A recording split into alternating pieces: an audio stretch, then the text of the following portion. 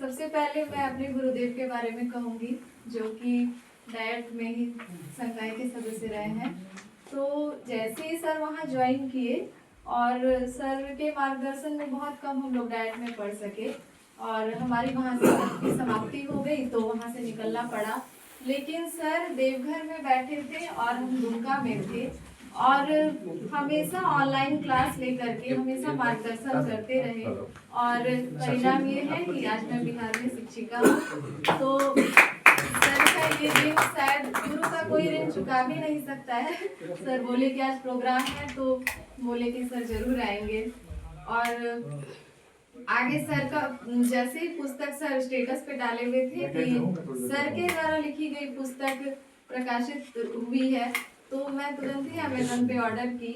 और ये पुस्तक ऐसी पुस्तक है जो कि सिर्फ पढ़ने के लिए नहीं है। जैसे ही आप पढ़ेंगे तो आपको ये पुस्तक सोचने और समझने पर विवश कर देगी, क्योंकि चापलूसी आज के समय में ऐसी है कि हर कोई कहीं ना कहीं अपना काम निकलवाने के लिए चापलूसी कर लेता है।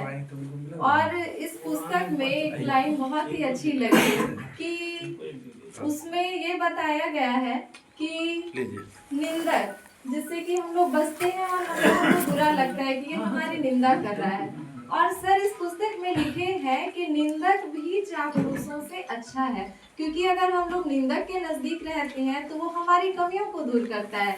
लेकिन चापलूसी में क्या होता है, कोई हमारी चापलूसी करता है तो हम और खुश हो जाते हैं और चापलूसी करके वो हमारा फायदा निकाल करके चला जाता है और उसके बाद हम लोगों को लगता है कि ये क्या हो गया।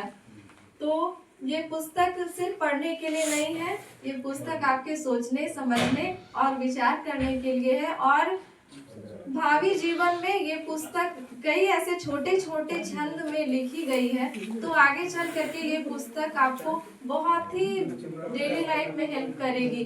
कहीं भी कुछ भी ऐसा होता है तो सर को बोलते हैं कि सर ऐसा ऐसा है, स्नेहा पुस्तक में इधर इस साइड पे ये ऐसा दिया हुआ है, उसको पढ़ो, देखो समझ में आ जाएगा कैसा है।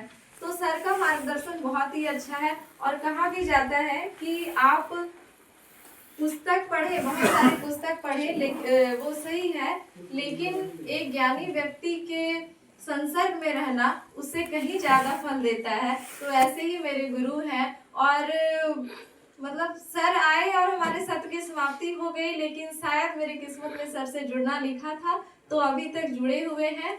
और मेरी सहेली आई हुई है यहाँ पे, वो बोली थी कि सर से वो कभी मिली नहीं थी और हमको बताई कि सर से मिलके इतना अच्छा लगा और इतना अच्छा ये कार्यक्रम है कि हमारी ट्रेन 4:30 में है। और मैं नहीं, वो खुद बोल रही है, हमको ऐसा लग रहा था कि शायद उसको लेट होगा, लेकिन वो खुद बोल रही है स्नेहा ये प्रोग्राम इतना अच्छा लग रहा है कि जाने का मन नहीं कर रहा है।